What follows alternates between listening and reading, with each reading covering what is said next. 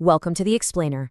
So today we're taking a journey back in time, and we're going way past those comfortable, safe myths you see in pop culture.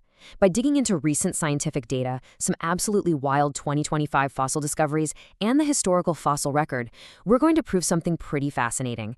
The Mesozoic era was far stranger and, honestly, far scarier than any Hollywood movie has ever dared to show us. So get ready, because we're about to totally rethink everything you thought you knew about the apex predators of the ancient world.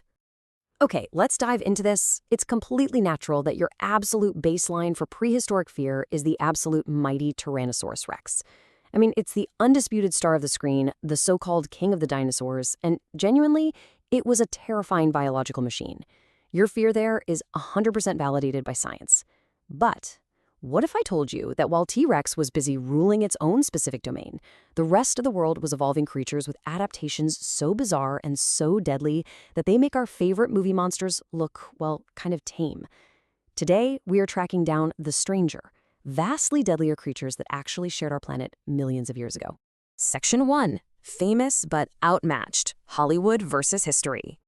To give respect right where it's due, let's just look at this number for a second. 6. Specifically 6 tons per square inch. That was the massive, mind-bending bite force of a T-Rex. To put that into perspective, that is enough pressure to literally instantly crush a modern car. We're talking about a 40-foot terrestrial bone crusher that weighed up to 10 tons, packing serrated, conical teeth designed to shatter bone like it was nothing. It really was nature's perfect land predator in the late Cretaceous period, essentially a creature built entirely around a skull, functioning like a biological guillotine. But you know, Hollywood often takes real, terrifying stats like this and applies them to the wrong animals entirely. Now, what's really interesting about this slide is the total contrast between fiction and reality. Take the Velociraptor, the movie version we all have nightmares about. It's basically a myth. The real Velociraptor was actually about the size of a turkey. Sure, it was cunning, but it was a solitary ambush hunter, not this giant pack-hunting door opener. But then, there's the Utah Raptor.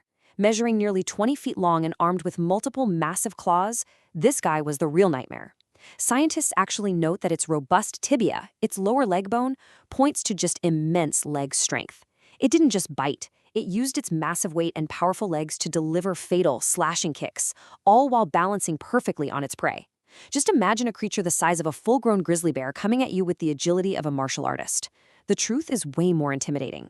Section 2. The Kem River Monsters. A tour of terror. Listen to this quote by paleontologist Nizar Ibrahim. Perhaps it was the most dangerous place in the history of the Earth, a place where a time traveler wouldn't last long. And honestly, he isn't exaggerating at all. About 100 million years ago, this specific region in the Sahara was a vast, sprawling river system that was absolutely swarming with apex predators. It wasn't just a place where one giant carnivore called the shots, it was a highly competitive, cutthroat ecosystem crowded with massive killers. The sheer concentration of danger here was practically unparalleled in Earth's entire history. Which brings us to the Spinosaurus. Reaching lengths of 50 to 60 feet, it was significantly longer than a T-Rex. But here's the catch. It wasn't really built for the land. It was a literal river monster.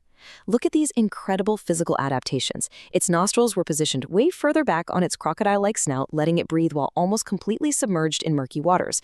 Its flat feet and dense, solid bones acted basically like a scuba diver's weight belt, giving it perfect buoyancy control. And a recent discovery showed it even had a broad, paddle-like tail to propel it through the water with terrifying speed. It was a 50-foot, semi-aquatic assassin perfectly evolved to ambush, drag, and drown massive, slippery prey straight into the depths. Section 3. Megaraptors, nature's perfect killers. 30. That is 30 centimeters. That's about the size of a standard classroom ruler. And that was the length of just the bone of a megaraptor's first finger claw. In life, this bone was covered in a thick keratin sheath that extended its length by another 30%, making it unbelievably deadly. And remember, this wasn't a foot claw like the Utah Raptor. This was a hand claw. It was a massive recurved blade that was longer than almost any sword ever carried by a human, and these terrifying predators had 2 of these giant blades on each hand. No thank you. Let's actually break down how they use these horrifying weapons. Unlike the T-Rex with its tiny, almost useless little arms, megaraptors had thickly muscled, hyper-flexible shoulders. Their attack strategy was just absolutely brutal. They would grab large prey using this incredibly wide range of motion, sink those massive sickle claws deep into the flesh, hook in, and violently pull. And the truly horrifying part? Their shoulder flexibility suggests they could physically lift smaller, human-sized prey straight off the ground and impale them. They'd pull the struggling victims upward right toward their powerful jaws while the prey was still completely alive.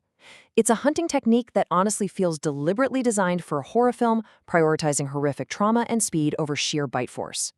And this brilliantly illustrates just how far this evolution went.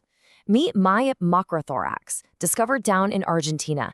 This ultimate megaraptor was 10 meters long, that's over 32 feet, but despite that massive size, it was shockingly fast. Its bones were pneumatized, which means they were intricately honeycombed with air pockets. This made them incredibly lightweight without sacrificing an ounce of strength. They were literally the cheetahs of the dinosaur world. Armed with those devastating 37-centimeter hand claws, they were easily capable of outrunning, outmaneuvering, and totally dismantling heavily armored prey across the open plains. Section 4. Bizarre 2025 Fossil Discoveries, Rewriting the Textbooks. The incredible thing about paleontology is that our understanding is actively changing right now as we speak. Looking at these brand new 2025 finds, the diversity is just staggering. Over in Morocco, researchers uncovered Spicamelus afer. This was an early ankle sore covered in a dense, bony armor, so unprecedented and complex that scientists are actually struggling to find the right words to describe its defensive architecture. Then in Patagonia, we found Joaquinaraptor, a 1-ton megaraptor, proving these uniquely armed killers lived right up to the very end of the dinosaur age. And over in Mongolia, Sri rapax, a close relative of the velociraptor, was discovered to be a highly specialized predator hunting not in thick jungles, but across sandy, arid plains. Nature was just constantly experimenting, constantly pushing the boundaries of survival specializations. But okay, the strangest 2025 discovery might actually be this one, Duonicus tukdebateri. It's a 90-million-year-old theropod from Mongolia. It was 3 meters long, sported this super bizarre beak, and possessed only 2 fingers on each hand. But those fingers ended in terrifying 30-centimeter curved claws. Here's the crazy twist, though. These extreme weapons weren't for hunting flesh at all. This dinosaur was a strict herbivore. It used its highly specialized, limited mobility joints to hook and pull down tough, high-reaching branches, a lot like a modern anteater or sloth. It is such a fascinating reminder that massive, scary claws weren't exclusively the domain of apex predators. Sometimes they were literally just gardening tools on a massive scale. And while the dinosaurs were out there evolving into giant, specialized machines, our ancestors, the mammals, were quietly adapting in the shadows. In 2025, researchers analyzed 130-million-year-old footprints in the Botucatu Formation in Brazil. These tracks were a massive 10 by 13 centimeters. That suggests a mammal roughly the size of a modern-day puma was roaming around back then. And why were they there? Because this area was a harsh, unforgiving desert. Mammals were likely evolving larger sizes and intentionally sticking to these super arid regions specifically to avoid the swarming, terrifying dinosaur predators we've just been talking about. They literally found refuge in the extreme. Section 5. T-Rex versus Spinosaurus. Clash of the Titans. So, the crucial point is, with all these incredible specializations in mind, what happens when we synthesize everything into the ultimate hypothetical showdown? When you put these two absolute heavyweights side by side, the contrast is unbelievable. On land, you've got the Tyrannosaurus rex. At roughly 40 feet long, it was built like a mountain, a stocky, heavily muscled terrestrial tank equipped with jaws engineered to shatter solid bone. Against it, the Spinosaurus, reaching up to 60 feet long, a lithe, semi-aquatic river monster armed with massive slashing claws and piercing, crocodilian teeth meant for gripping slippery giants. If these two apex predators ever actually cross paths, who really walks away with the crown? Well, the answer entirely lies in geography.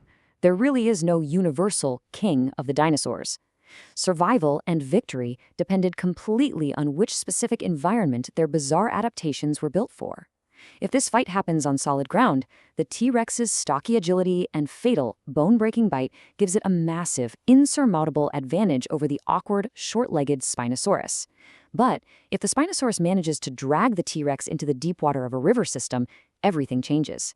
The Spinosaurus's paddle-tail mobility and grasping claws turn the tide instantly, allowing it to easily outmaneuver, pull under, and drown the terrestrial tyrant. Environment is absolutely everything. It dictates the fine line between conqueror and prey. Which brings us to one final lingering thought. These animals, from the bone-crushing T-Rex to the slicing megaraptors, all the way to the river-dwelling Spinosaurus, they were biologically perfect machines. They didn't die out because they failed or were somehow flawed. Their 80-million-year evolutionary arms race was merely interrupted by sheer cosmic chance when an asteroid struck the Earth. So I want to leave you with this to ponder. If that asteroid had completely missed 66 million years ago, allowing this relentless evolution of living weapons to continue unimpeded, what on earth would these perfect killers look like today?